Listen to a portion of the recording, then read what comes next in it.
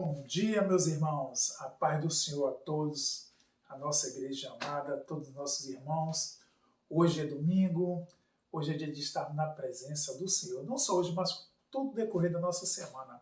Mas hoje é um domingo muito especial, porque hoje é a segunda parte da nossa aula com o nosso irmão Tiago. Domingo passado tivemos a primeira parte e esse domingo agora é a segunda parte.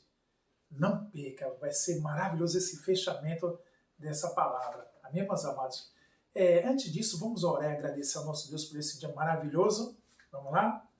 Amado soberano Deus, mais uma vez entramos na tua presença em nome do teu Filho amado Jesus, para engrandecer o teu nome, meu Deus. Ser muito grato a ti, meu Pai, pelo dia que respiramos, por estarmos vivos, por estarmos na tua presença, Senhor.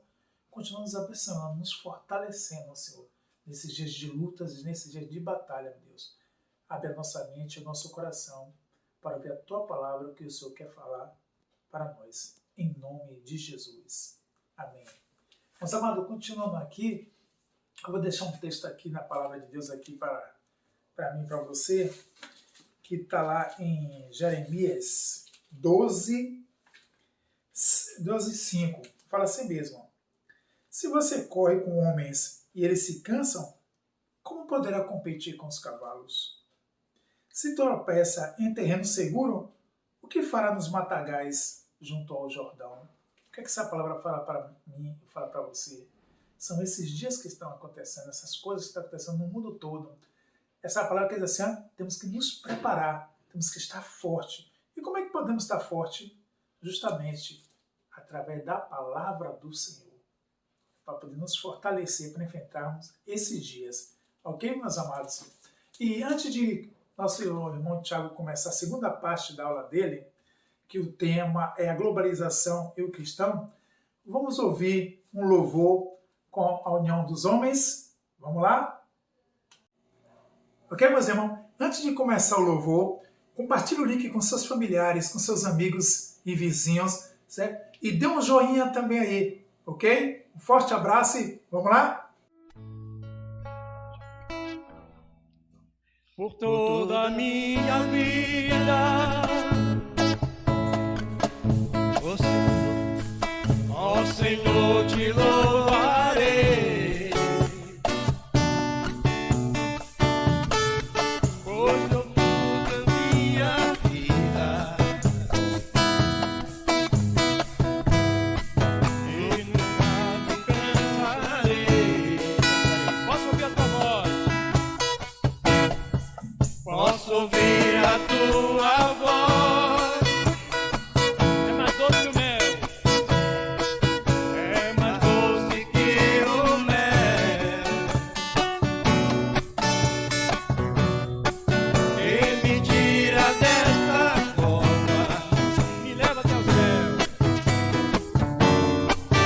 E me leva até o céu. Já vi fogo e terremoto. Já vi fogo e terremoto. Vento forte. Vento forte que passou. Já vivi tantos perigos. Já vivi tantos perigos. Mas tua voz me acalmou.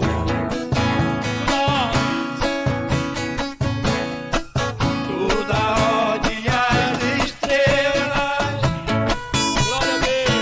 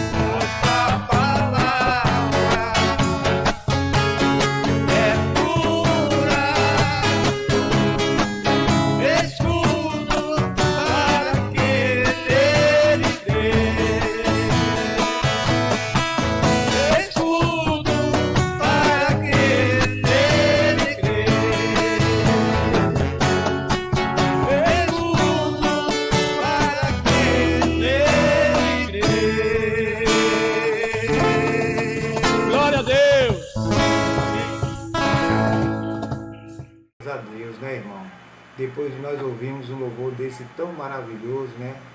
Que glorifica o nome do Senhor, que não há portas nem ferrolhos, né? Que fique de pé diante do poder de Deus, né? Maravilha nesse louvor, né? E agora nós vamos estar, meu irmão, entrando na segunda parte daquela aula maravilhosa, né? Que Deus usou o nosso irmão Tiago, né? O professor Tiago, né? Que eu fiquei maravilhado, né? E hoje é a segunda parte que fala da globalização e o cristão, né? E nós vamos estar orando agora pelo nosso irmão, né?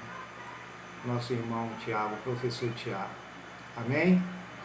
Senhor, meu Deus e meu Pai, Deus eterno, Deus todo-poderoso, nós te louvamos, Senhor, e te agradecemos ao Senhor pela vida do teu servo. Ó Deus, assim como o Senhor, meu Pai, fez com ele no domingo passado, usou ele poderosamente, meu Pai. Eu sei que o Senhor é um Deus que é multiforme, que nesse domingo de hoje, Senhor, o Senhor possa usar ele, não igual, Senhor, mas usar ele conforme a tua vontade nesse domingo também, Pai. Usa o teu servo, o que importa é que o teu nome seja glorificado, Pai. Traz à mente dele, aos lábios deles, pensamento, palavras que o Senhor queira, ó Deus, através dele, meu Pai, trazer a tua igreja nesse dia de hoje, né? Que ele seja edificado, Pai, todos nós que aqui estamos ouvindo, sejamos edificados também, venhamos aprender mais de Ti acerca da Tua palavra. Toma o Teu servo, guarda a sua esposa, a sua família, a sua parentela, debaixo do Teu sangue, Deus. É o que eu te peço, te louvo e te agradeço, em nome de Jesus. Graça e paz, amada igreja da EC de Salvador, nossa querida igreja da Liberdade. Quero iniciar a nossa aula de hoje agradecendo mais uma vez a oportunidade de estarmos aqui juntos, refletindo sobre pontos de tamanha importância, de muita importância para a nossa vida, né, como igreja, diante de todos os desafios que temos enfrentado, né, para viver o Evangelho, para proclamar a Cristo e para fazer a vontade de Deus em meio a uma realidade bastante oposta, né, à vontade do Senhor, oposta àquilo que Deus nos propõe na sua santa palavra, mas que por meio dele, por ele e para ele, podemos sim alcançar esse objetivo. Eu estou aqui agora, né, na aula 2, né, estamos aqui juntos na aula 2, sobre esse tema, né, a globalização e o cristão. E eu espero que você tenha sido abençoada na aula anterior. Ela se estendeu um pouquinho, porque são conceitos que eu quis ter a preocupação de trabalhar com os irmãos, né, mesmo sendo extremamente limitado nesse assunto. E peço perdão se os irmãos, né, forem aí da igreja de Bereia, como os da igreja de Bereia, né, conferindo ali as informações, os dados que foram prestados, e se algum erro eu cometi, seja na digitação do slide, ou em alguma fala, ou algum conceito, peço perdão e que os irmãos estejam aí corrigindo, mandando aí o nosso querido e necessário feedback. Amém? Então vamos para a aula 2, né, cujo título é Pontos de Reflexão. Por que o título é esse dessa aula? Porque, como eu disse também na aula 1, eu não quero trazer aqui nenhum tipo de conhecimento fechado sobre esse assunto, né? Não quero fazer da minha opinião ou da minha leitura aqui sobre o tema algo sendo como que se fosse a única forma certa ou correta de ver as coisas. Mas eu prefiro, como a minha formação, né, em filosofia já me impulsiona, eu acho muito melhor trazer reflexão, perguntas, né? São as perguntas que movimentam o mundo, não as respostas propriamente ditas. Então, tudo que a gente vai falar aqui é o que eu quero fazer você aí de casa pensar, refletir, trabalhar nesses conceitos aí na sua cachola, na sua vida com Deus, pedindo a Deus orientação, para que a gente junto possa entender melhor esse tema, ok? Por isso que a aula 1 foi, mas afinal, o que é globalização, né? Entender o que é esse processo, esse fenômeno histórico, como nós vimos, e agora a gente vai pensar um pouquinho sobre como eu, como cristão, né, me relaciono com esse fenômeno. Porque não adianta, nós estamos no mundo. Jesus mesmo disse em sua oração sacerdotal, dizendo: Pai, não peço que os tire do mundo. Ou seja, nós não podemos nos isolar desses fenômenos, mas nós podemos nos relacionar com eles, né, ou com o fenômeno da globalização, aos moldes bíblicos e seguindo princípios cristãos. Ok? E é isso que eu vou estar trazendo para os irmãos e irmãs aqui. Reflexões, pontos de discussão, levantar questões, perguntas, e não uma realidade fechada. Ok? Antes de mais nada, é importante que nós possamos revisar alguns conceitos, tá bom? Para que você possa retomar aí o que a gente trabalhou. Se você não viu o vídeo da aula 1 sobre globalização, aqui nesse canal da Igreja da Liberdade, você vai encontrar essa aula. Então, volte lá para a aula 1 e veja o vídeo da aula 1 para você dominar melhor os conceitos que a gente vai estar trabalhando aqui, né? Então, vamos lá. Para quem lembra aí de Telecurso 2000, acordava mais cedo durante a semana. E eu, quando era criança, gostava de acordar cedo para ver Telecurso 2000. Às vezes não entendia nada, mas gostava de assistir mesmo assim. Então, se liga aí que é a hora da revisão, né? Um jargão ali do Telecurso 2000. Primeiro, a gente trabalhou uma definição de globalização, né? Entendemos a globalização como um fenômeno histórico, como um processo histórico, que não ocorre de uma hora para outra, mas demora séculos, né? E não é uma iniciativa de um governo, de um órgão, de uma instituição, de pessoas ou de uma pessoa, mas é um processo que ocorre em todo o globo, né? Em todo o planeta. Entendemos um pouco também do que a globalização, que você compreende a globalização a partir do conceito de definição de redes geográficas, né? E o que são redes geográficas, né? São meios pelo qual o ser humano se comunica, se locomove e se conecta em todo o globo, né? Então nós vimos dois tipos aí de redes geográficas: as redes geográficas materiais e as redes geográficas imateriais. Quem pode me responder aí o que são redes geográficas materiais? Tempo valendo aí 5 segundos. Alguém digitando aí no comentário, vou deixar. Não vou estar vendo porque essa aula é gravada, mas vou dar tempo aí de alguém se destacar, dando um exemplo aí de redes geográficas materiais, para ver se vocês aprenderam. Alguém já deve ter colocado, em nome de Jesus, mas eu vou lá explicar. Redes geográficas materiais são os meios de locomoção, os meios de transporte, né? A gente tem carro, navio, avião, um barco, trem. Então, esses meios do ser humano se locomover pelos territórios, né? E quando isso ocorre a nível populacional, né, a nível global, ou seja, populações e grupos de pessoas, grupamentos humanos ficam o tempo todo se mudando, se locomovendo, acessando diversos pontos outrora distantes do globo, a gente tem uma intensificação e uma modernização, um aperfeiçoamento das redes geográficas materiais. Lembra que a gente falou que o mundo parece estar diminuindo?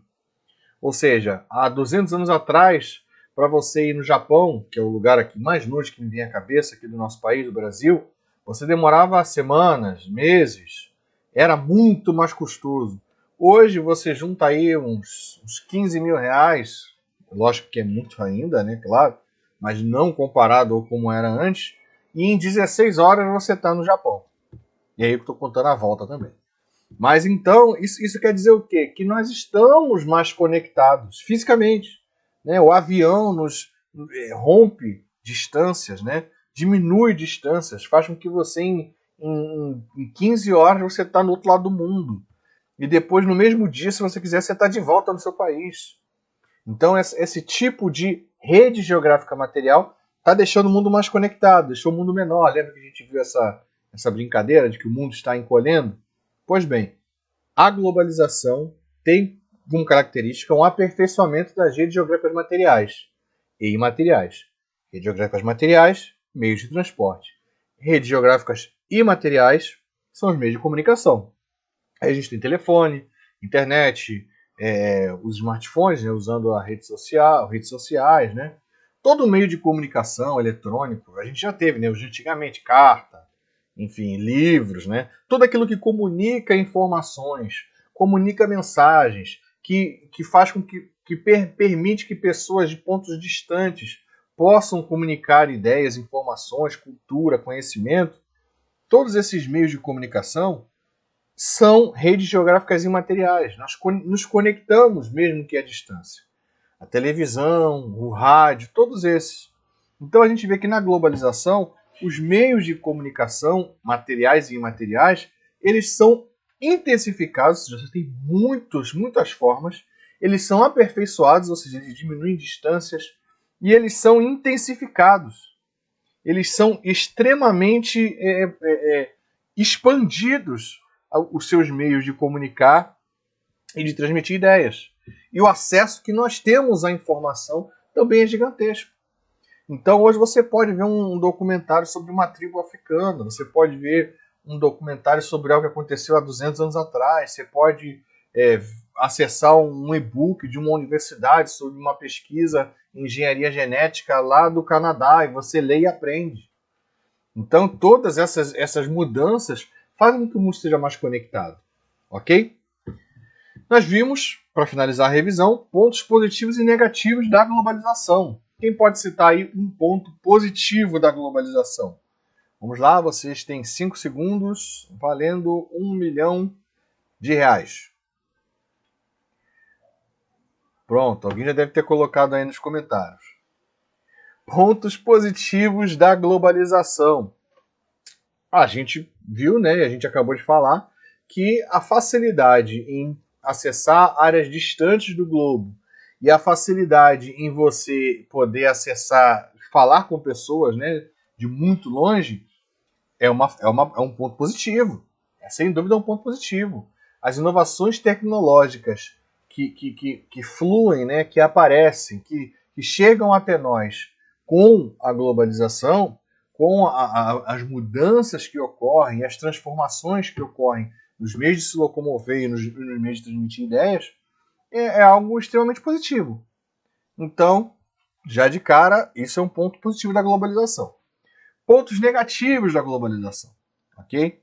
Vou citar pelo menos 2 aqui. Primeiro, nós temos um problema relacionado às transnacionais, né? Porque é uma das características, um dos aspectos econômicos da globalização, a questão relacionada à expansão de empresas de outros países que fundam filiais em outros países, né? Por exemplo, Coca-Cola, Microsoft, enfim, outras empresas que fundam escritórios, fundam sedes em outros países para lucrar, para expandir o seu negócio. E esse lucro que advém, né, desse estabelecimento de novas empresas, de novas filiais, perdão, ele surge a partir da exploração de países mais pobres, a partir da exploração da mão de obra, a partir da exploração de recursos naturais. Então, infelizmente, nós não vamos ter aquela ideia de uma democratização, né, uma distribuição igualitária de renda e tudo mais. Na verdade, a gente vai ter uma intensificação das desigualdades. Isso estudos já comprovam que a globalização, na verdade, não está distribuindo renda, mas está deixando com que países ricos fiquem mais ricos e países pobres fiquem mais pobres. Uma das maneiras é através exatamente da exploração da mão de obra e da exploração de recursos naturais. Outra questão importante, e como ponto negativo, é a massificação da cultura, né? Nós vimos, né? As pessoas, por ter acesso às produções de filmes de outros países, de séries, de tantas outras coisas, de programas, de música, e aí alguns centros, né, alguns polos de hegemonia cultural que, por coincidência ou não, também são polos de hegemonia econômica, acabam projetando influência, né, cultural sobre outros países. As pessoas vão perdendo a sua cultura originária, né? As culturas ditas, entre aspas, é claro, menos importantes, né? Menos adequadas para seja a nível do Ocidente ou mesmo do Oriente, vão sendo esquecidas, né? Massificadas e, enfim, vão perdendo suas características originais.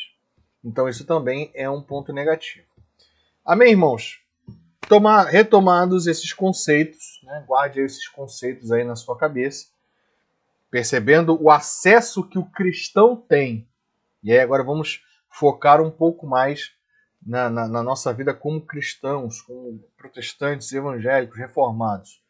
O acesso que nós temos a esse imenso acervo tecnológico, acervo informacional, acervo de mídia, de entretenimento, o que está na moda, redes sociais, tudo isso está aí diante de nós.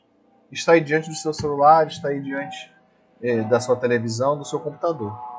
Vamos começar a pensar agora como nós lidamos com isso, como igreja. Bom, para a gente pensar como igreja, né, como crente, como o crente se relaciona com o mundo que o cerca, a primeira coisa que a gente tem que pensar é que nós devemos refletir acerca do mundo que nos cerca. Nós não podemos não podemos vetar, porque somos cristãos, não podemos de maneira nenhuma vetar a nossa capacidade, a nossa necessidade de refletir acerca desse mundo. Então, para o cristão se relacionar com o mundo globalizado, ele tem que entender que é uma orientação bíblica que nós possamos renovar a nossa forma, o nosso modo de refletir sobre o mundo que nos cerca. Vamos para a palavra de Deus para a gente pensar um pouco melhor sobre essa necessidade de renovar a nossa mente? Romanos capítulo 12, o verso 1 e o verso 2. Amém? Vamos estar lendo esse primeiro versículo aí. Eu tirei o texto grego, né, original, do Codex Sinaiticus, que é uma compilação de textos bíblicos na língua grega, de suma importância, enfim, um dos mais completos e também um dos mais antigos, né, grupos aí de manuscritos, dos que tem grande quantidade. A gente tem manuscritos pequenos que são recortes, que são bem mais antigos, mas para a gente aí ter acesso, né, ao texto parcialmente aí original, vamos dizer assim, né? Quando eu digo parcialmente original, é claro, não é um dos mais antigos, mas para a gente ver exatamente as palavras aí que nós estamos refletindo. Então, no verso 1 de Romanos 12 diz: Rogo-vos, pois, irmãos, pela compaixão de Deus, que apresenteis os vossos corpos em sacrifício vivo, santo e agradável a Deus, que é o vosso culto racional. Só para relembrar, epístola de Paulo à igreja em Roma. Ok? Dou destaque para esses dois termos, culto e racional. Agora o verso 2. E não vos conformeis com este mundo, ou século, mas sede transformados pela renovação da vossa mente, para que experimenteis qual seja a boa, agradável e perfeita vontade de Deus. Então, vamos lá, pessoal. Lá do verso 1, ok? Culto racional. O termo culto aí, do grego original, significa, na verdade, transliterado, é latreia, né? Que significa culto, serviço, adoração. Então, o termo aí está falando, bem traduzido, né? Nós temos uma referência em português bem clara. Está falando de cultuar a Deus, de adorar a Deus, da vida do cristão com Deus, ok? Então, como nossa vida é estamos perpetuamente em serviço e adoração a Deus, o termo latreia está apontando exatamente para esse culto, serviço e adoração. E o logikos, que é latreia, culto, e racional é logikos, um termo já bem conhecido do nosso vocabulário, né? Que significa lógico, ou seja, algo que exige uma compreensão, um conhecimento, uma capacidade de entender. Então, o culto, aí no verso 1 de Romanos 12, Paulo está orientando os cristãos para que o seu culto, a sua adoração, o seu serviço a Deus esteja passando pelo viés da racionalidade. Não está limitando, é claro, a experiência da vida com Deus àquilo que eu posso entender, mas deve-se passar pelo viés da compreensão, do conhecimento, da capacidade de raciocínio. Então, já de cara, nós vimos aí a importância do cristão refletir sobre a sua vida e sobre a sua adoração a Deus. Refletir no sentido de racionalizar o seu culto. Não apenas, simplesmente, Paulo está dizendo que você tem que ser um cristão racional, né? A gente logo pensa numa frieza, digamos assim, ser uma pessoa que gosta de medir as coisas, né, os atos. Não. Mas Paulo está dizendo, olha, que o seu culto, ele passe pela compreensão, que você compreenda o que você está fazendo, que você compreenda para quem você está vivendo, como, e que vida é essa em Cristo que você está vivendo. Compreender, lógicos.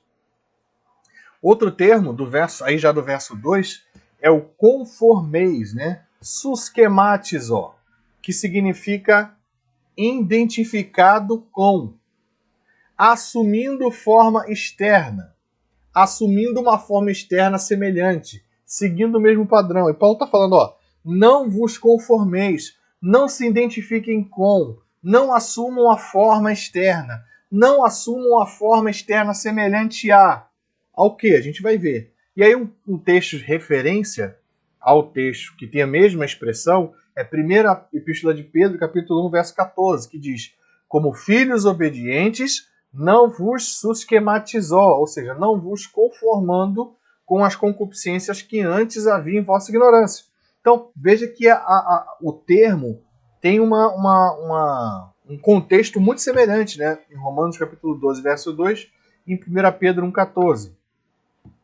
E aí Paulo diz, não se conformem, não se identifiquem com o século, o mundo, o aion, né?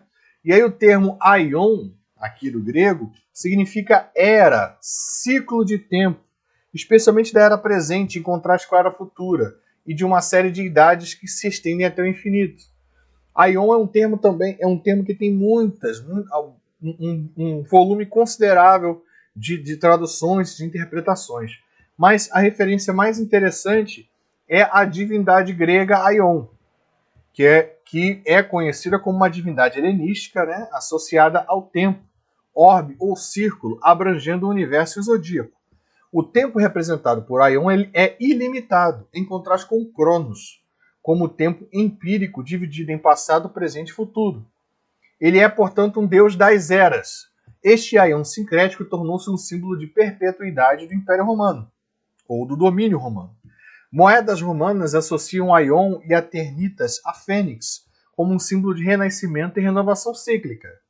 Ou seja, o Aion, não assuma a forma do presente século, daquilo que está em voga, daquilo que está na moda, a grossíssimo modo. Eu estou aqui usando o termo moda para contextualizar o que esse termo significa. Aion literalmente quer dizer era. E aí Roma se utilizava desse símbolo aí, dessa divindade, Aion, diferente do Cronos, que já é o passado, presente e futuro, mas uma era que se estende enquanto durar o Império, né? Um aspecto de controle imperial, ou seja, o nosso império vai se estender por eras. Ou seja, essa era de controle é desse século, desse tempo, desse mundo, desse século que Paulo diz para que as pessoas não se conformem, não assumam a forma dessa era, daquilo que comanda o nosso tempo, daquilo que comanda a força mundana, é claro, né? Força humana. Porque quem comanda o tempo e a realidade é Deus. Mas Paulo está dizendo, olha, não assumam a forma da presente era. Não assumam, não se identifiquem com a presente era, com aquilo que está na moda. E aí não assumam a forma de. Ou seja, não sejam iguais. não assumam o aspecto, a semelhança da era que está aí comandando o mundo. Então é importante a gente perceber como os termos vão se encadeando. Ora, se Paulo quer que nós tenhamos um culto racional e que nós não assumamos a forma da presente era, o que ele quer? O que ele orienta, inspirado pelo Espírito Santo na sua santa palavra? Porém, sejam transformados. O termo é metamorfo. Transformar, mudar de forma. O mesmo termo lá de 2 Coríntios 3,18. Mas todos nós, com o rosto descoberto, refletindo como um espelho a glória do Senhor, somos transformados, somos metamorfo, de glória em glória, na mesma imagem, como pelo Espírito do Senhor. E aí esse verbo, ele está demonstrando, uma palavra que é até conhecida nossa, a transformação, ou seja, mudar de forma. Olha que interessante, de esquematizou, assumir a forma de, sejam transformados, metamorfo. Olha só que interessante. Ao invés de você se deixar assumir uma forma, seja transformado. Seja transformado por quem? Ou pelo que, né? Na verdade, pela renovação. Anakainosis. Tornar novo novamente. Renovando. Uma renovação ou mudança de coração e vida. Em Tito 3,5, o mesmo termo é utilizado. Não pelas obras de justiça que houvéssemos feito, mas segundo a sua misericórdia, nos salvou pela lavagem da regeneração e da renovação, anakainosis, o mesmo verbo, do Espírito Santo. E aí vamos analisar esse termo melhor, renovação. Frank Stagg, no seu comentário, né, Novo Testamento, Teologia do Novo Testamento, faz uma análise interessante desse termo. Assim ele diz, regeneração e renovação pertencem a Deus somente. Anakainosis, a palavra para renovação, é um substantivo de ação e é empregado no Novo Testamento junto com formas verbais para descrever uma renovação contínua, como em Romanos 12:2. Transformai-vos pela renovação da vossa mente. E 2 Coríntios 4,16. O nosso homem interior se renova de dia em dia. Colossenses 3,10 também descreve o novo homem como que se refaz para o pleno conhecimento, segundo a imagem daquele que o criou. Assim, o novo homem, a novidade de vida, a regeneração ou renovação, por mais que designada, é traçada para um ato inicial e um ato contínuo de Deus, como doador e sustentador da vida eterna. Então, esse termo anakainosis, ou seja, sejam transformados pela renovação. Essa renovação é uma obra de Deus, do Senhor na sua e na minha vida e na vida de quem é salvo. Então não é uma renovação que eu faça, que eu quero ser uma pessoa diferente. Não. É Deus que faz em nós. Então Paulo está falando, olha, ao invés de vocês assumirem a forma da presente era, do presente aion, sejam transformados, mudem a forma de vocês, pela renovação que Deus faz. E aonde que Deus faz essa renovação? Na vossa mente. Aí nós chegamos onde eu queria desde o início, sobre como o cristão se relaciona com a globalização. Refletindo acerca do mundo que o cerca. E refletir, você reflete com a sua atividade do intelecto. A nous, o termo aí grego para mente, no Romanos 12:2, é nous, que quer dizer atividade do intelecto. Mente em seu ato de entender. Inteligência, pensamento e consciência. Mente, racionalidade, mente que entende são outros termos também que dizem respeito ao termo nous. A palavra é também utilizada para descrever uma forma de percepção que opera dentro da mente, e não apenas através dos sentidos. O significado ambíguo do termo é resultado de sua constante apropriação por diversos filósofos, para denominar diferentes conceitos e ideias. Nous pode referir-se, a depender do filósofo e do contexto, a uma faculdade mental ou característica, outras vezes a uma correspondente qualidade do universo de Deus. Mas o termo aqui diz respeito à mente consciente, ao pensamento, à atividade do intelecto, a forma como você reflete o mundo. Olha que interessante, olha o nosso caminho que nós traçamos. Antes de nós concluirmos a análise do versículo, gostaria de fazer algumas ponderações aqui através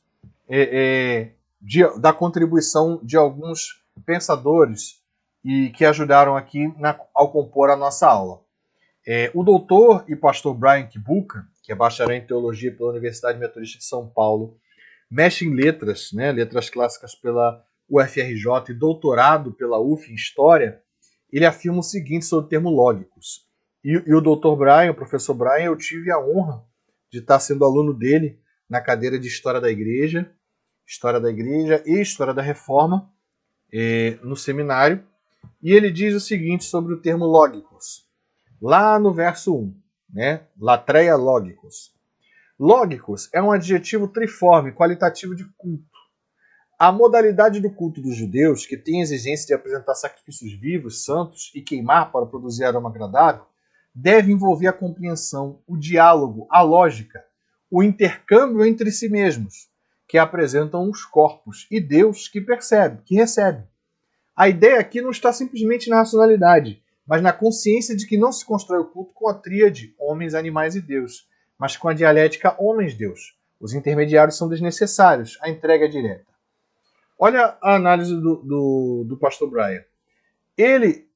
O termo lógicos usado por Paulo, latreia lógicos, além de designar a importância de compreender o meu culto, que o culto passe pelo viés, ele não está restrito ao viés da racionalidade, mas ele passa pela racionalidade, é uma palavra para cristãos que vieram do judaísmo. Que estes não têm mais a necessidade de mediar o seu culto a Deus com animais, mas sim com o entendimento de quem é Deus. E a partir daquilo que Deus revelou, é claro. Entender Deus completamente é impossível. Nunca vamos entender Deus completamente. Porque Deus é infinito e nós somos limitados. Mas entendemos Deus a partir daquilo que Ele mesmo revelou para nós. E Paulo está dizendo aí no termo latreia lógicos. Olha, vocês não precisam mais ter um relacionamento com Deus. O sacrifício de vocês, santo e agradável, a Deus, não passa mais por animais. Porque Jesus é o sacrifício perfeito. E agora, a relação de vocês para com Deus passa por Cristo. E Cristo conecta vocês diretamente a Deus. Em um diálogo lógicos. Compreendam o que Deus quer para vocês através do sacrifício de Cristo. Essa é a análise do verso 1. E aí o Dr. Brian continua dizendo, já nous é um termo, nous, que é o termo, tá? É um termo importante no estoicismo, que é uma escola filosófica grega. Greco-romana, né, na verdade, mas de matriz grega. Popular do tempo de Paulo. É na nous, que é a mente, a consciência, que a transformação deve operar, para que em vez de um culto monoteísta filosófico, conforme os padrões dos ambientes urbanos do Império Romano, os cristãos de origem gentílica ofereçam suas mentes a Deus, e não ao presente aion, que é o século, o tempo. Ou seja, Paulo fala no versículo 1 para cristãos que vieram do judaísmo, e fala para cristãos que vieram do paganismo grego, do paganismo greco-romano. Olha, e diz o seguinte, olha, Cristo, ele quer transformar vocês renovando a vossa mente, a vossa forma de refletir e de entender o mundo. E Cristo é quem opera essa transformação. E essa transformação que nos permite oferecer um culto a Deus. Olha que interessante essa análise. É muito importante. Por fim, vamos rever os dois versículos, agora que todos nós já estamos aí dominando os conceitos, né, dos dois versos, que diz o seguinte, rogo-vos, pois, irmãos, pela compaixão de Deus, que apresentei os vossos corpos sacrifício vivo, santo e agradável a Deus, que é o vosso latreia lógicos. Você vai ler esse versículo agora, você vai lembrar dessa nossa análise aqui. E não vos susquematizou com esse aion, mas sede metamorfó pela anacainosis da vossa nous, para que experimenteis qual seja a boa, agradável e perfeita vontade de Deus.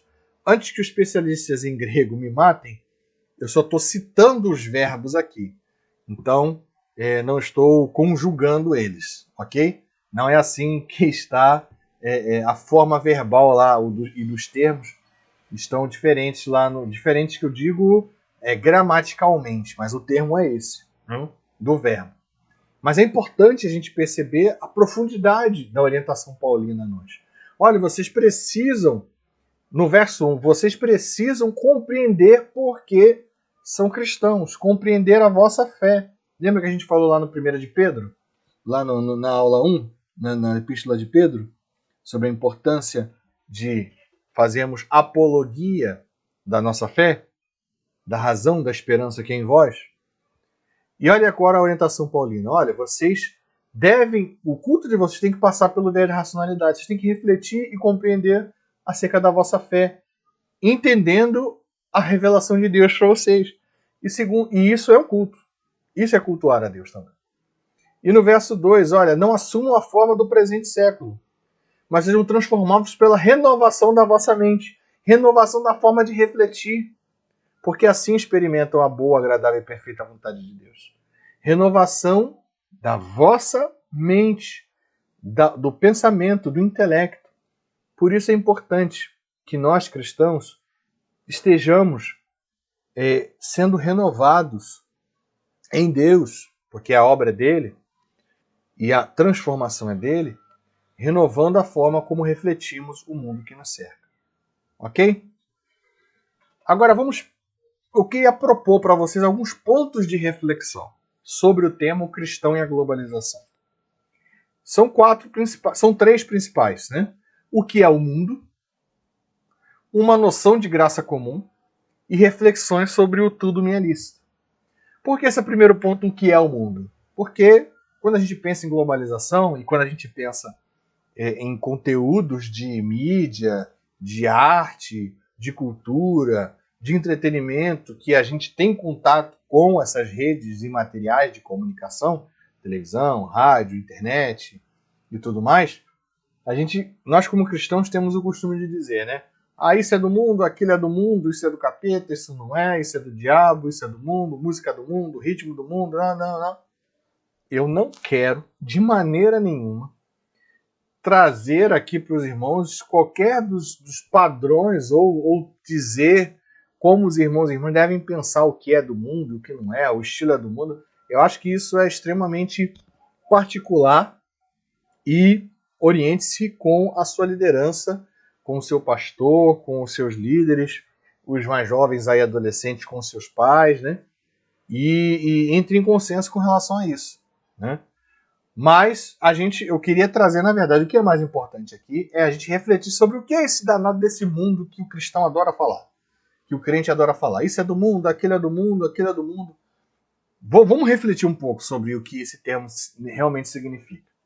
Outro ponto é uma noção de graça comum.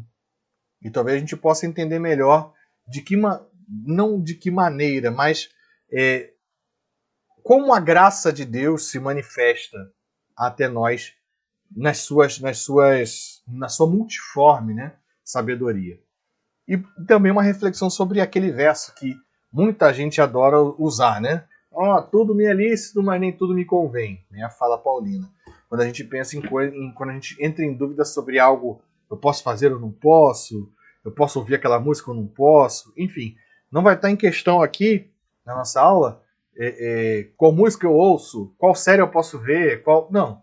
Mas vamos nos perguntar sobre que nortes interpretativos podem guiar as nossas decisões. E o maior de todos é a palavra de Deus, que é guia eficaz e certeiro para a decisão do cristão. É a palavra de Deus e o Espírito Santo que habita em você. Amém? Vamos lá. Noção bíblica de mundo. Esse termo está presente, né, na Bíblia, principalmente no Novo Testamento. E a gente vai falar principalmente aqui do Novo Testamento, tá? Então, no Novo Testamento, 4 palavras gregas dizem respeito a esse termo. O termo que se vê com mais frequência é cosmos, que a gente vai abordar o termo cosmos. Essa palavra implica primitivamente a ordem e foi posta em uso na filosofia de Pitágoras para significar o mundo ou o universo, no seu maravilhoso modo de ser em oposição ao caos. No Evangelho de São João, cosmos quer dizer mundo, nos seus vários aspectos, isto é, a parte dos entes, ainda separados de Deus, a humanidade como objeto dos cuidados de Deus e a humanidade em oposição a Deus. E aí nós vamos ver alguns desses exemplos que são citados aí. Então o termo que mais aparece é cosmos, e por isso a gente vai trabalhar ele. Mas além de cosmos tem o aion, a gente viu aqui, que significa originariamente a duração da vida e também a eternidade, uma época ou mesmo um certo período de tempo. emprega-se no sentido de fim do mundo, né?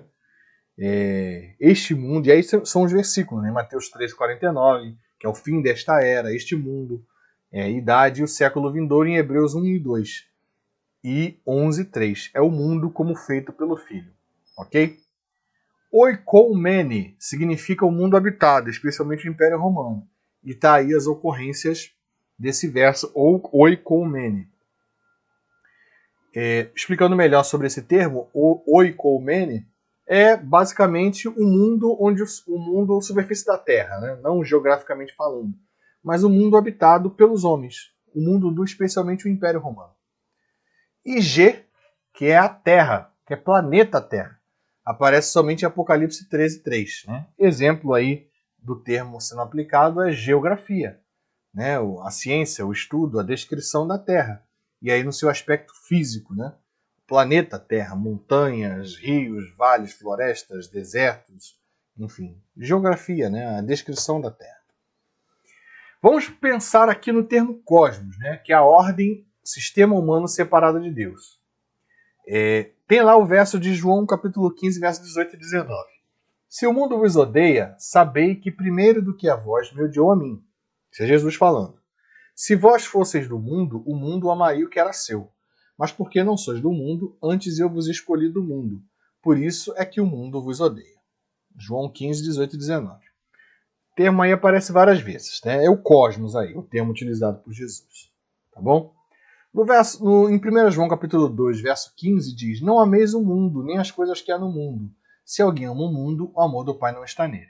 Então, nesses dois versículos, nós vemos que o termo mundo está designando algo que não só o próprio Jesus, como o apóstolo João, inspirado pelo Espírito Santo, orienta os cristãos a se afastar, a enxergar como um inimigo, como um opositor, né, à palavra de Cristo.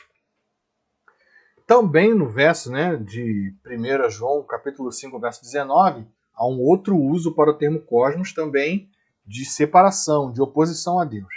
Sabemos que somos de Deus e que todo mundo está ou jaz, né, no maligno.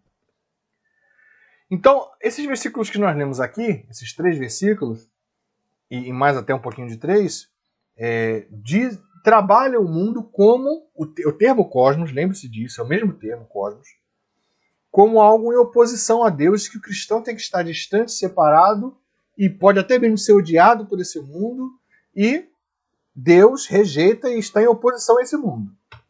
Já em João capítulo 3, verso 16, que você pode falar aí de cós salteado, com a mão amarrada nas costas, que diz: porque Deus tanto amou o mundo, que deu o seu Filho unigênito, para que todo que nele crer não pereça, mas tenha vida eterna. Será que é o mesmo mundo aqui que está sendo utilizado? É a mesma palavra, cosmos. Mas nos outros versículos diz que o cristão é se separar do mundo, que o mundo odeia Jesus, que o amor de Deus não está no mundo. Mas Deus ama o mundo, ama esse mundo.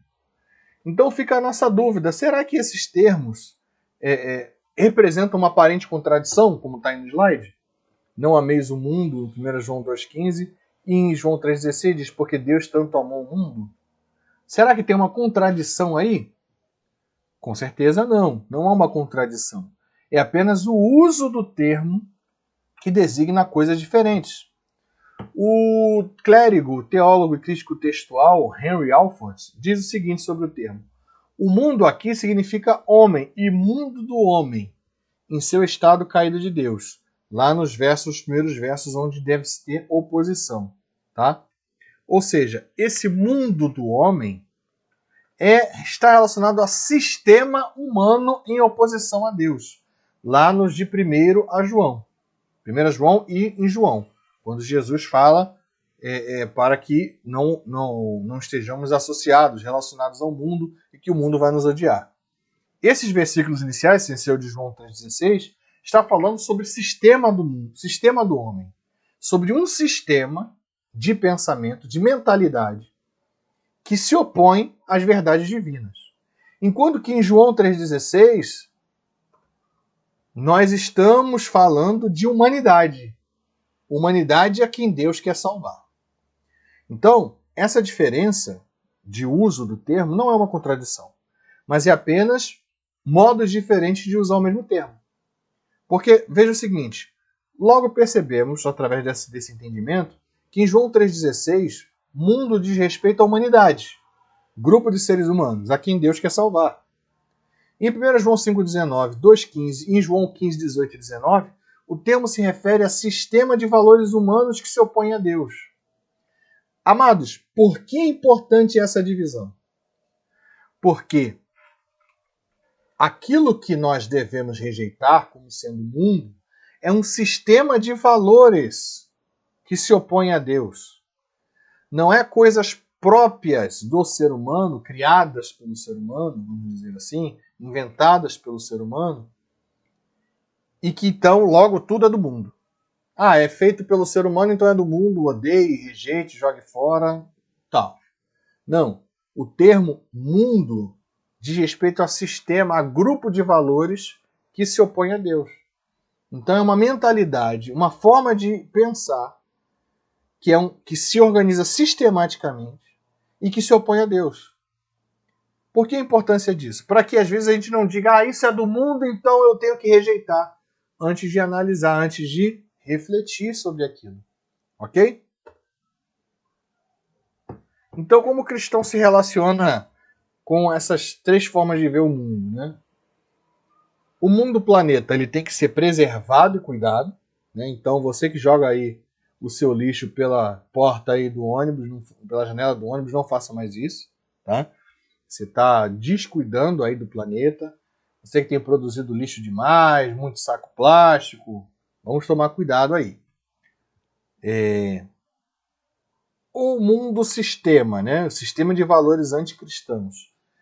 O cristão deve rejeitar, ou seja, esse sistema, que eu até botei como a Matrix, que claramente se opõe a valores cristãos, e aí ele vai se apresentar de diversas maneiras. Através de ideologias, através de defesas de causas que são anticristãs, contra a vida, contra valores que a Bíblia deixa bem claro que você não deve assumir para você, se você é cristão. Então, isso é o mundo. Não só isso, mas tudo aquilo que se opõe, não isso que eu citei como exemplo, mas tudo aquilo que se opõe aos valores de Cristo. Isso é o mundo. Ok? E o mundo humanidade, cultura humana, a parte que é feita pelo ser humano, que não se opõe a nenhum valor cristão, a forma do ser humano imaginar, a forma do ser humano criar arte, criar cultura, cujos valores não se opõem aos valores cristãos, o ser humano deve amar e evangelizar essa humanidade. E é importante ressaltar o amor e a evangelização, porque diante de tantos modos de se conectar com o mundo, né? Essas redes geográficas que nós vimos aqui, não só de comunicação, como também de se locomover pelo mundo, é que nós devemos ver a importância, devemos relembrar a importância de evangelizar o mundo. Porque, afinal de contas, a estrutura para a expansão do evangelho, graças a Deus, está aí. Não só pela graça do Senhor, que faz o milagre e é aquele que é o Senhor da seara, que dá início à obra e conclui a obra, mas também tem dado condições ao ser humano e inteligência de criar como redes de comunicação, como essa rede social, como a internet, poder multiplicar o evangelho. E aí eu pergunto a você, no mundo globalizado, você tem evangelizado? Eu tenho evangelizado? Eu tenho transmitido Jesus através das minhas redes sociais? Eu tenho transmitido a palavra do Senhor, o evangelho que me salvou, que me libertou, através desses meios de comunicação tão inovadores? Ou eu só tenho usado eles para entretenimento? Às vezes até para colocar coisas que não devem na cabeça. É necessário evangelizar, irmãos.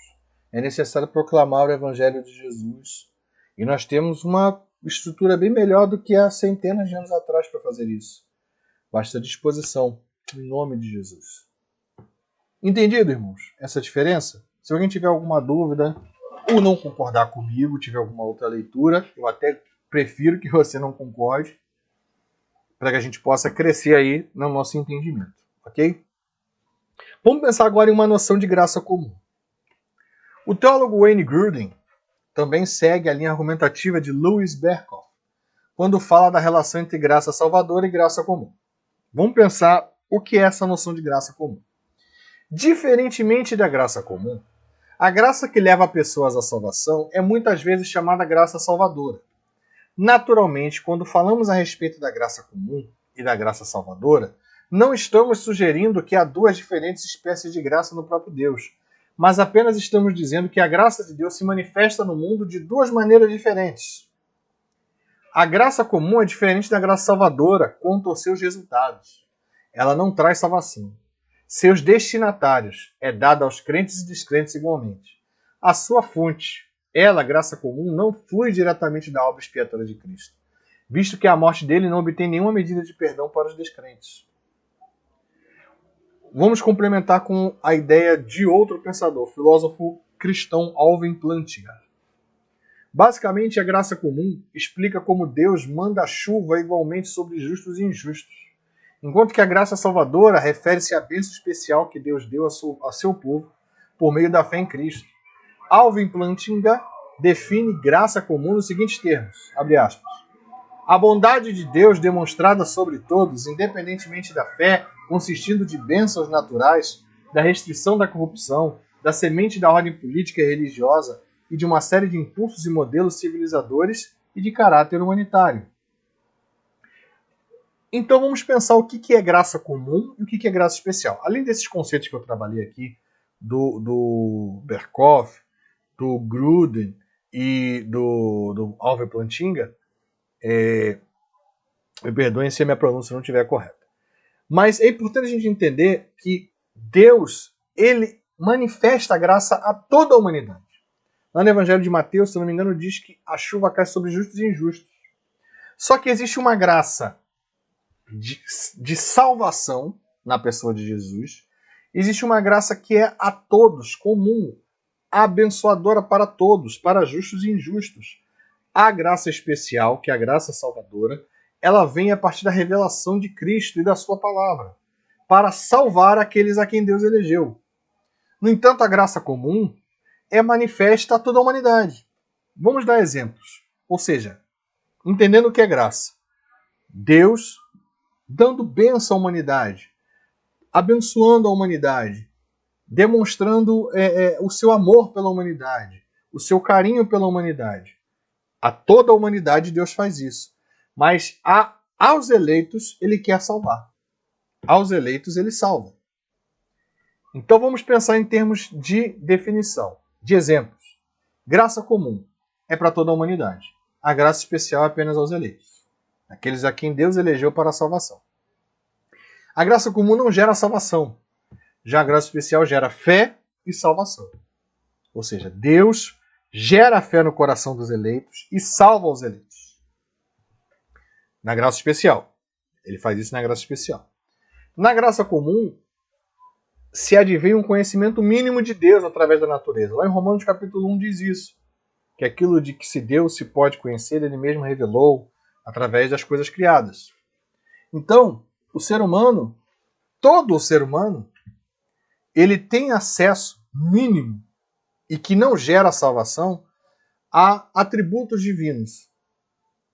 Mínimo e que não gera salvação. Ok? Porque Deus ele se revela através das coisas criadas.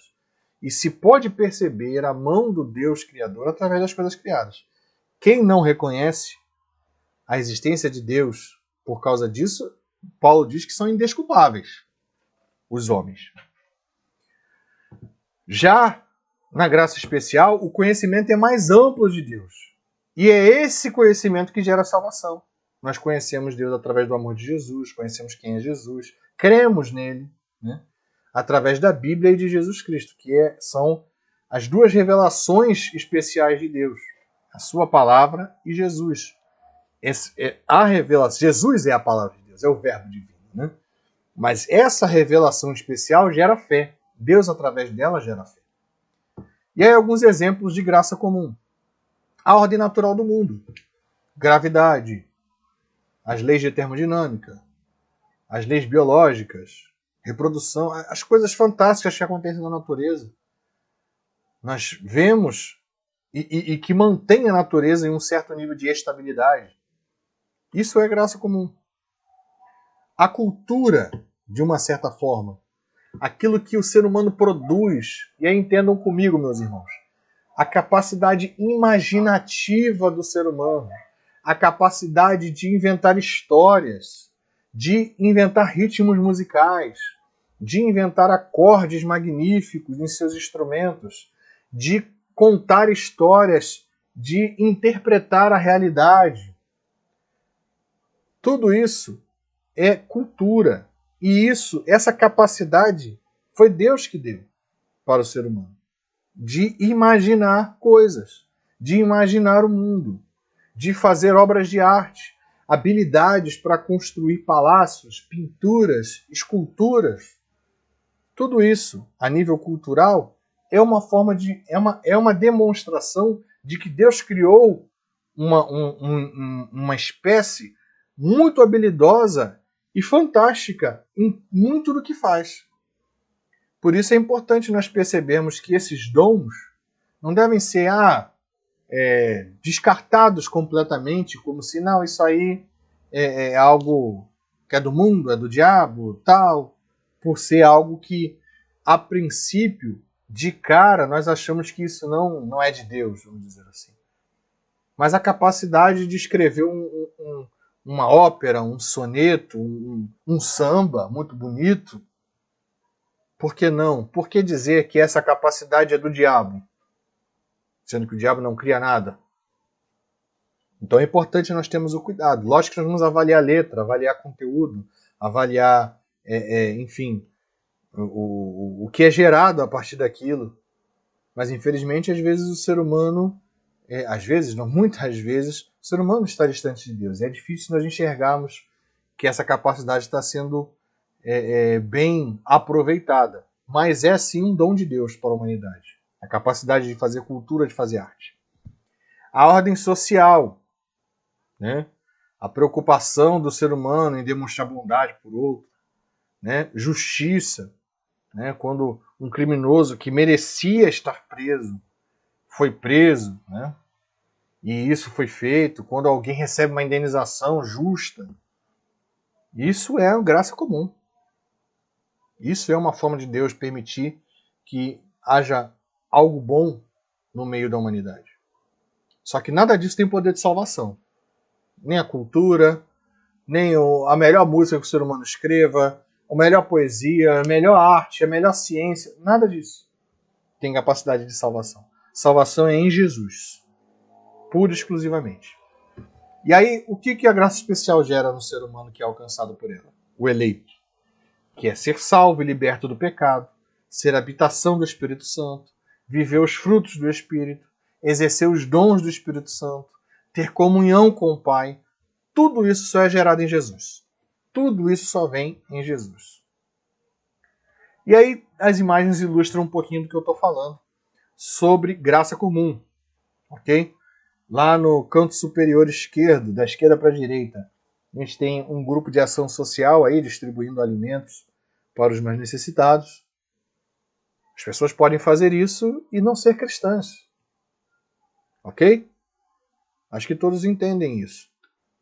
Mas, nisso, onde as pessoas podem não dizer cristãs, é a mão de Deus sendo bom com os mais necessitados. Não salva. Essas atitudes não salvam ninguém. Só a fé em Jesus salva. Só viver para Cristo salva. Mas olha que interessante. Quando o ser humano acha que não, o que eu estou fazendo aqui não é Deus. É Deus sim. Porque sem Deus nada de bom poderia acontecer. Ok? Logo do lado tem a música, as artes, a invenção. O ser humano inventar um instrumento desse aí, como um cello, um violino lá atrás. Essa capacidade imaginativa de inventar, de inovar, é um dom de Deus. Lá nós temos uma pintura aí A arte, a capacidade de retratar o mundo. Olha que belo quadro. Isso é graça comum. Esse dom de pintura não vem do ser humano. Vem de Deus. Vem de Deus. E aí tem a dança, né? O pessoal mandando aí um passo de hip hop. Essa capacidade criativa de cultura, isso nós não podemos enxergar e dizer, é do mundo, é do diabo, simplesmente. Não estou dizendo que você não vai avaliar a letra, não estou dizendo que você vai avaliar, o resultado, às vezes, de uma ou outra coisa associada a essa manifestação cultural. Mas o que eu convido você a refletir é se tudo nisso aí é capeta, é diabo, joga fora. Entendeu? A ciência, olha aqui embaixo, a imagem aqui da cientista. Nós estamos tendo aí um combate contra uma pandemia. Essa inovação aí da vacina, sendo, e espero que se mostre um bom proveito, bons resultados. Você acha que isso não é Deus demonstrando graça ao ser humano, à humanidade, através da ciência? Quem deu capacidade à Pfizer, ao cientista da Pfizer, ao cientista da AstraZeneca, aos cientistas da Oxford? Quem deu essa capacidade? Foram eles sozinhos? Não. Foi Deus. Isso é graça comum. Quando a gente olha para a ciência, é mais fácil da gente entender graça comum. Para a música, às vezes a gente pode ter alguma resistência, mas a ciência, sim. A justiça, como eu falei, a capacidade do ser humano de querer ser justo. Os que querem, né? Claro, né?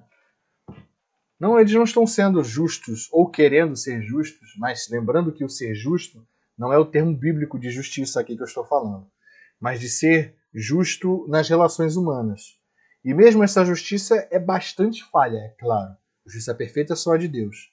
Mas em prender um criminoso, quando este de fato cometeu aquele crime, nós temos muitas injustiças acontecendo no mundo, né, de natureza racial, de natureza discriminatória, desigualdade social. Isso aí não é disso que eu estou falando. Isso precisa de fato ser corrigido cada vez mais, visando a igualdade. Mas o princípio da equidade entre os homens, na teoria, na prática estamos extremamente longe disso, mas esse princípio que norteia, entre aspas, deveria nortear muito mais as nossas instituições públicas, é uma noção de graça comum. Tem ali uma mão de Deus, como se Deus tivesse muitas, né? Mas tem a mão de Deus em querer abençoar o mundo, justos e injustos. Então, essa reflexão que eu propus sobre noções de graça comum, não estou aqui propondo nada fechado, quero que você reflita aí na sua casa sobre aquilo que eu digo, eu pego e jogo fora nesse mundo globalizado, eu pego e digo, aquilo não serve para mim, aquilo é do mundo, é do capeta, joga fora. Será mesmo? Né? Quando não se lembre sempre disso. Quando não se opõe a valores cristãos, arte, cultura, ciência, justiça e tudo mais, quando não se opõe a valores cristãos, eu tenho que jogar mesmo fora e dizer que é do mundo? Agora vamos mais um ponto de reflexão. Em 1 Coríntios 6, verso 12. Tudo me é lícito, mas nem tudo me convém. Tudo me é lícito, porém eu não deixarei me sujeitar por nada. John R. Dumelow, em 1909, lá no seu comentário bíblico, ele diz o seguinte sobre o termo tudo me é lícito, sobre a expressão, né, tudo me é lícito. Ele faz uma comparação com 1 Coríntios 10, 23 e Romanos 14, 14. Aqui ele afirma, Paulo parece ter afirmado isso como um princípio no que diz respeito ao uso de certos tipos de alimentos, por exemplo, carnes oferecidas aos ídolos. E os coríntios o estavam aplicando à satisfação sexual. O apóstolo, portanto, embora confirme o princípio, faz duas ressalvas a ele. O que é lícito também deve ser benefício. Que ninguém deve se tornar escravo, nem mesmo de uma prática lícita.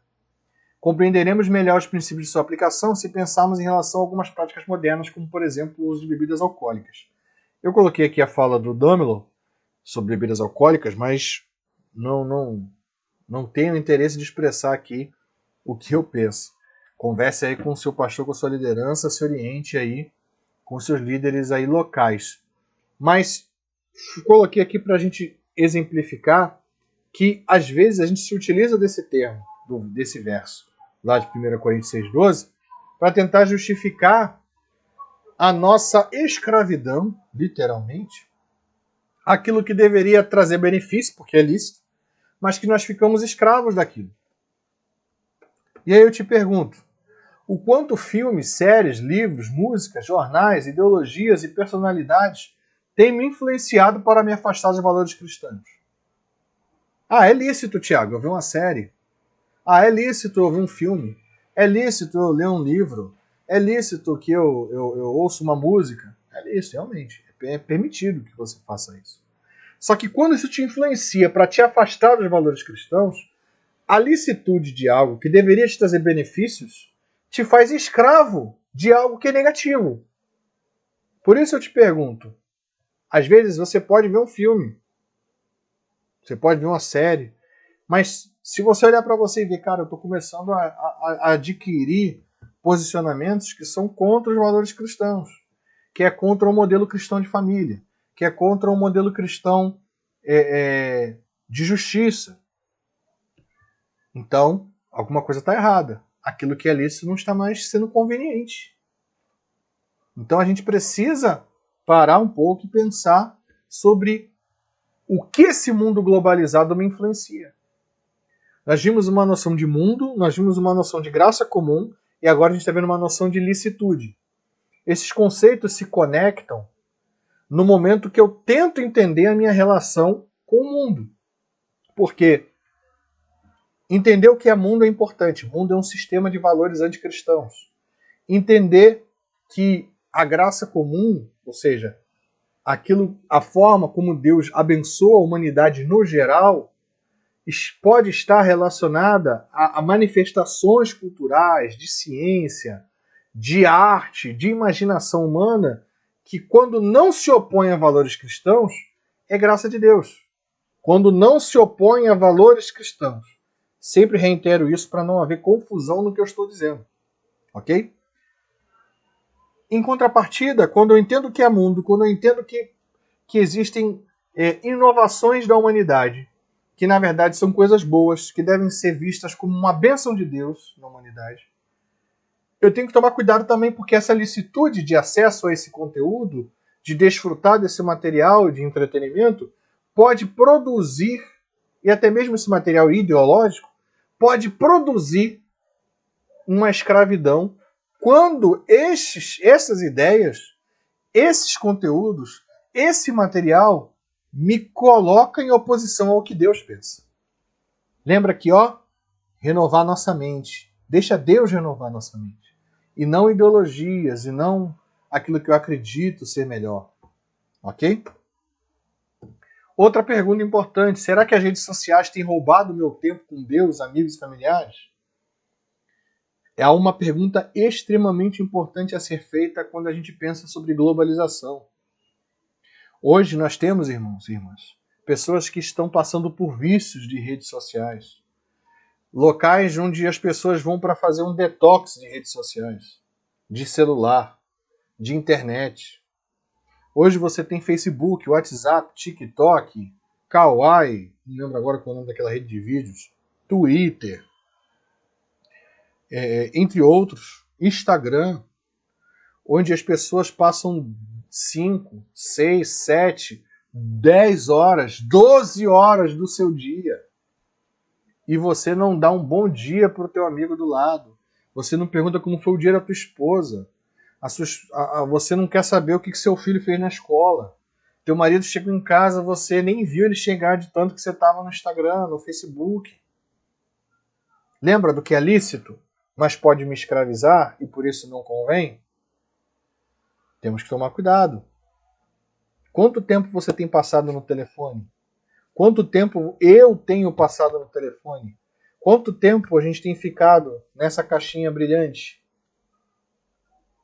Não estou dizendo só vendo o que não deve, mas também, às vezes, sendo escravo daquilo que aparentemente é inocente.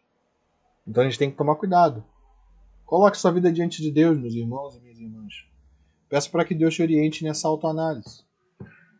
Outra coisa importante, irmãos, no que diz respeito ao conteúdo de mídia, conteúdo de entretenimento que eu estou acessando.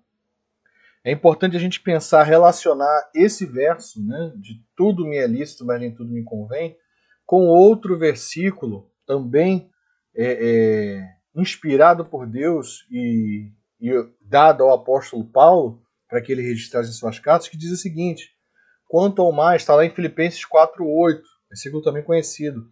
Quanto ao mais, irmãos, tudo que é verdadeiro, tudo que é honesto, tudo que é justo, tudo que é puro, tudo que é amável, tudo que é de boa fama, se há alguma virtude e se há algum louvor, nisso pensai. Ora, Paulo está orientando um comportamento mental para um hábito, na verdade, né, mental para os irmãos da igreja de Filipos, que tem muito a ver com o que a gente vê, com o que a gente ouve, com o que a gente assiste, com o que a gente consome a nível de entretenimento, o que a gente acessa na internet.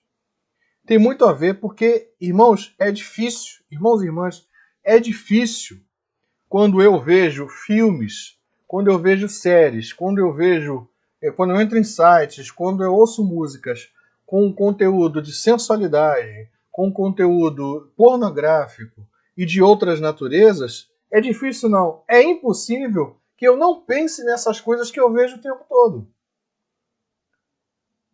É muito contraditório eu dizer que não, tudo me é lícito, eu posso ver isso aqui e não vai ter problema.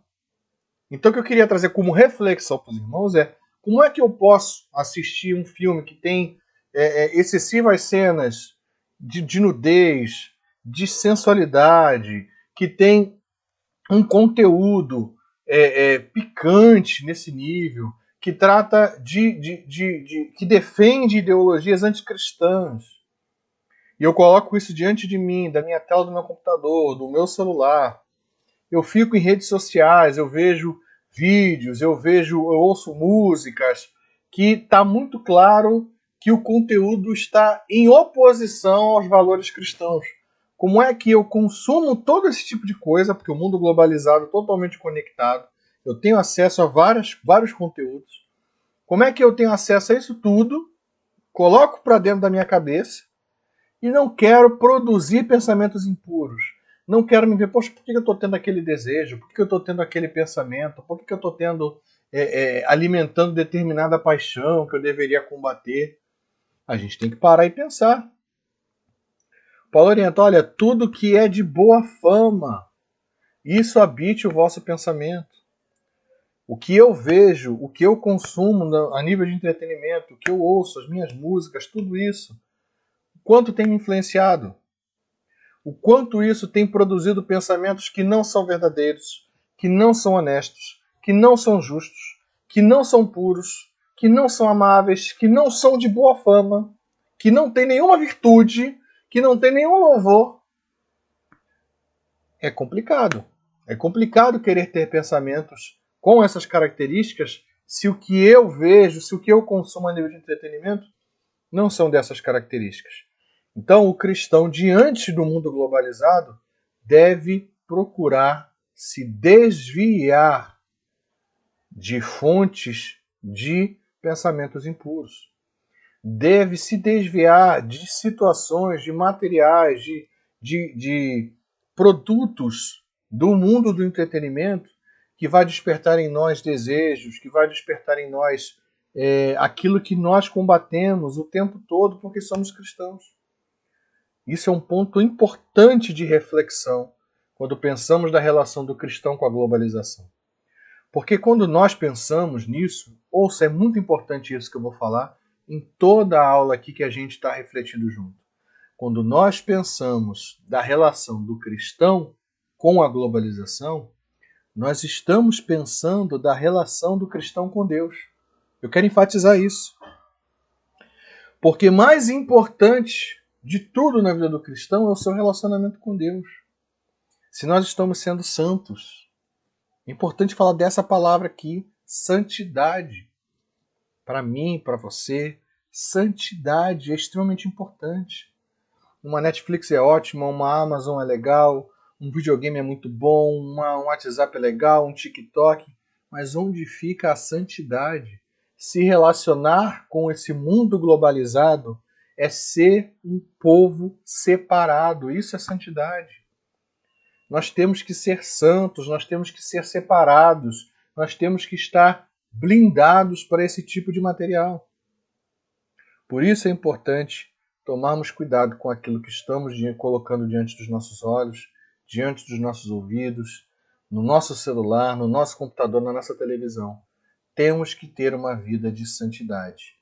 Santidade é o norte da relação do cristão com o mundo globalizado. Por isso eu digo, cuidado com o que você vê, cuidado com o que os seus filhos veem, cuidado com o que você coloca diante dos seus olhos. Isso pode estar influenciando você na sua luta contra o pecado. Isso pode estar influenciando você negativamente na sua luta contra aquelas paixões que nós precisamos matar todos os dias. Que é a grande palavra-chave do cristão se relacionar com o mundo globalizado? Santidade. Ser diferente. Para fazer diferença, não basta apenas ser diferente, mas pôr em prática as ordenanças do Senhor para uma vida de santidade.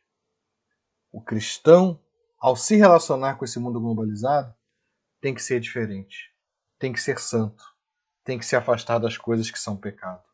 Em nome de Jesus. O cristão deve lutar contra o pecado, deve denunciar o pecado, deve em Cristo vencer o pecado. Pois esse é o maior inimigo do cristão diante de um mundo globalizado. O pecado. Não só aquele que é desafio para ele, mas aquele que está habitando o mundo, o sistema mundano e o grupo de pessoas a quem Deus quer salvar. Então nós temos que denunciar o pecado. Nós temos que lutar contra o pecado, pois só assim viveremos em santidade. Uma outra pergunta importante sobre o mundo globalizado. Será que eu tenho valorizado as pessoas em suas características pessoais e culturais? Por que essa pergunta? Porque nós estamos num mundo multicultural.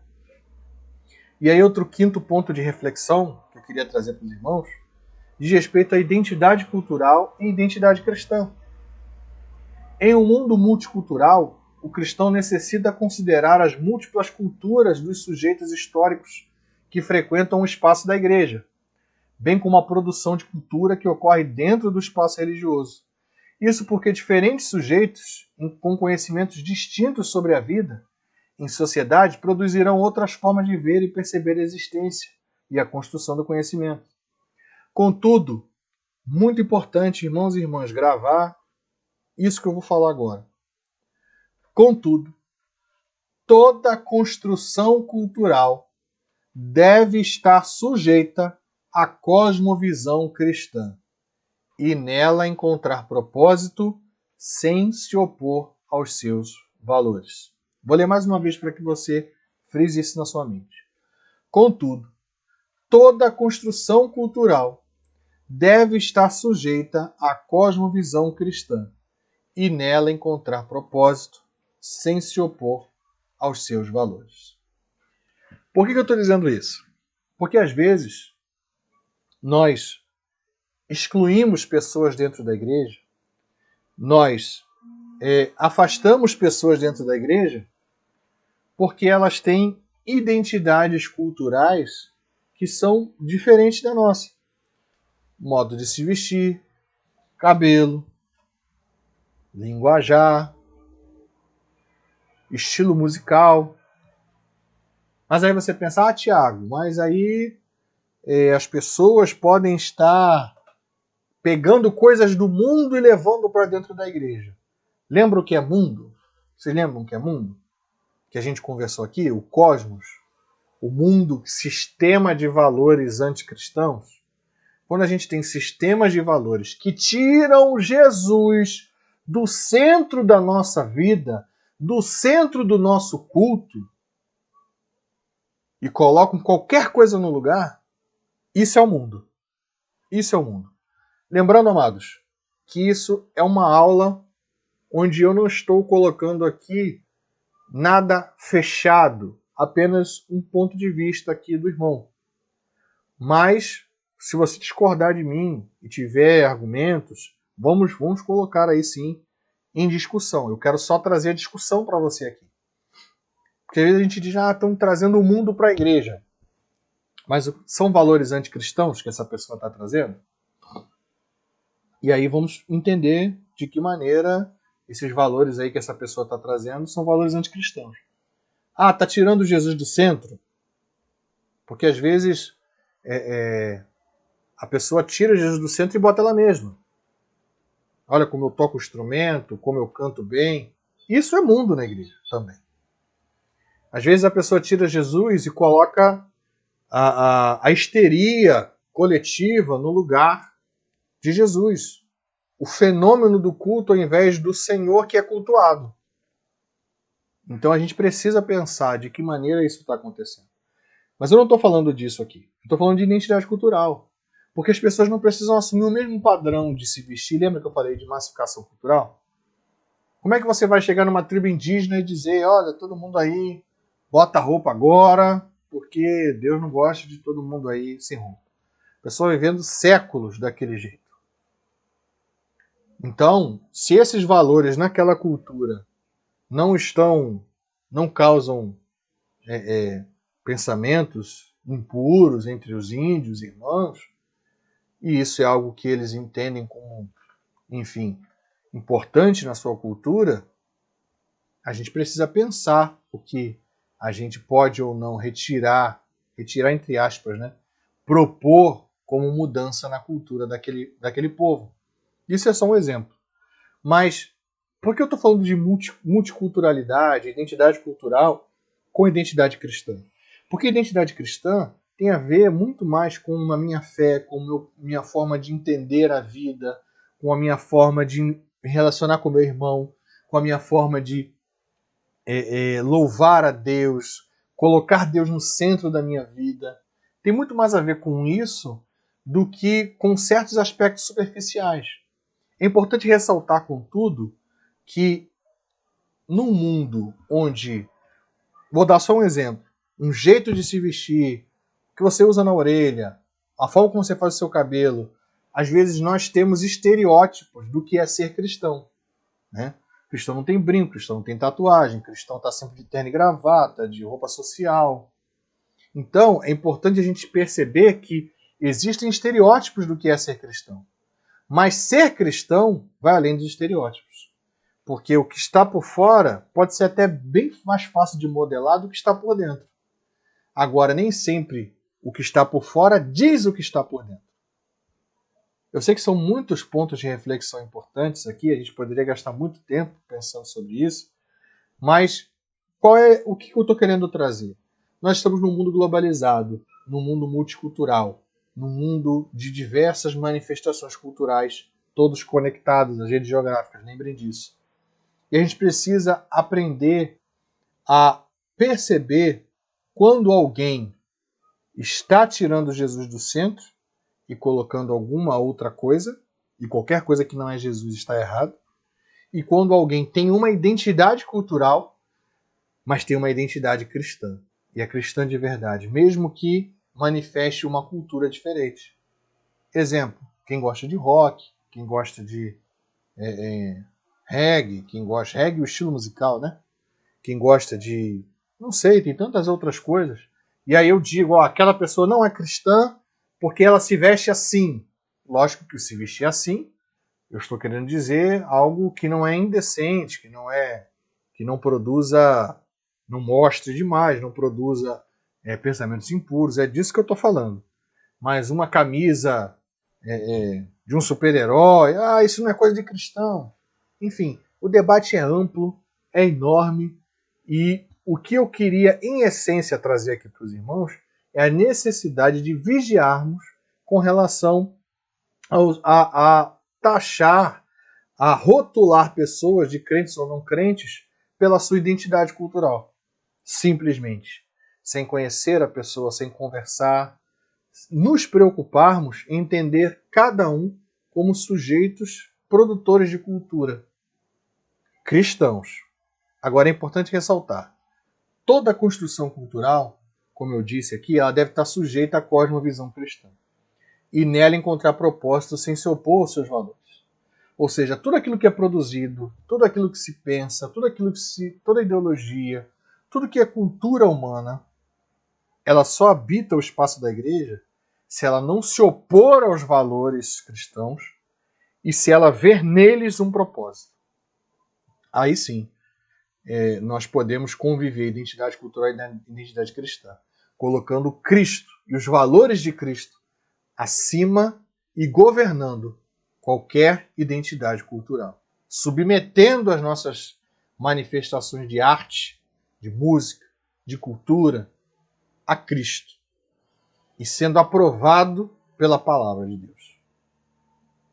Por fim, meus irmãos, quero estar agradecendo a oportunidade.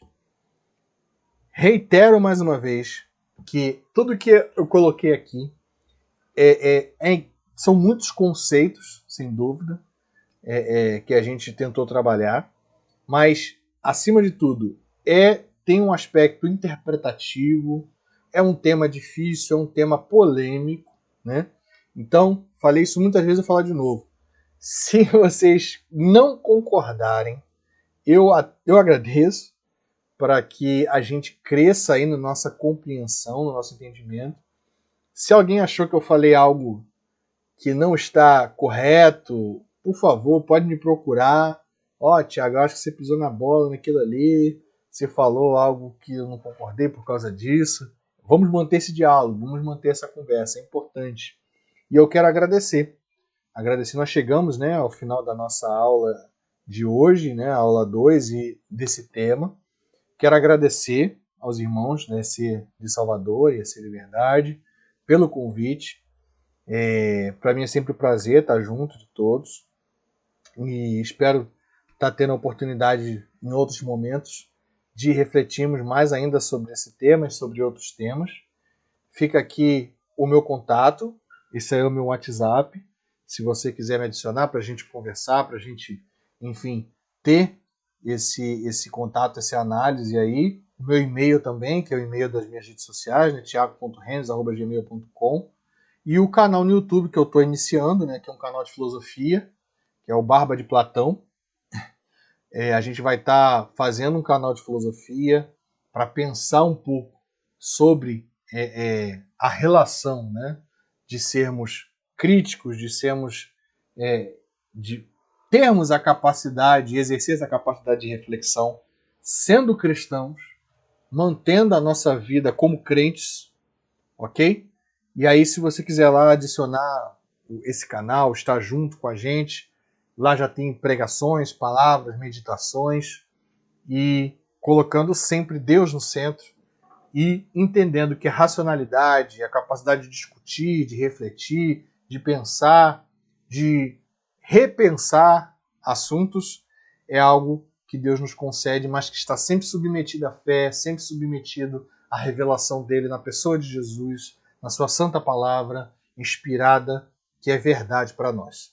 Portanto, irmãos, que Deus nos abençoe, que Deus cuide da nossa igreja, cuide de todos nós, trago aí um abraço da EC Federação, de toda a nossa liderança e que Deus possa estar nos abençoando em nome de Jesus. Muito obrigado pela oportunidade, em nome de Jesus. Olá, bom dia, paz do Senhor.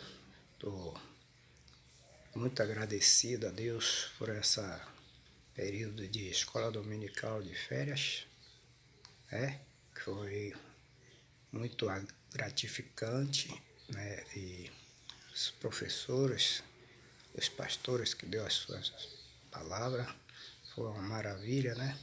E estou aqui para orar por essa grande família que Deus nos proporcionou durante esse período. E agora no final com o nosso irmão Tiago, né, que nos trouxe aí a palavra da globalização, né, que foi um espetáculo que eu gostei muito, que com essa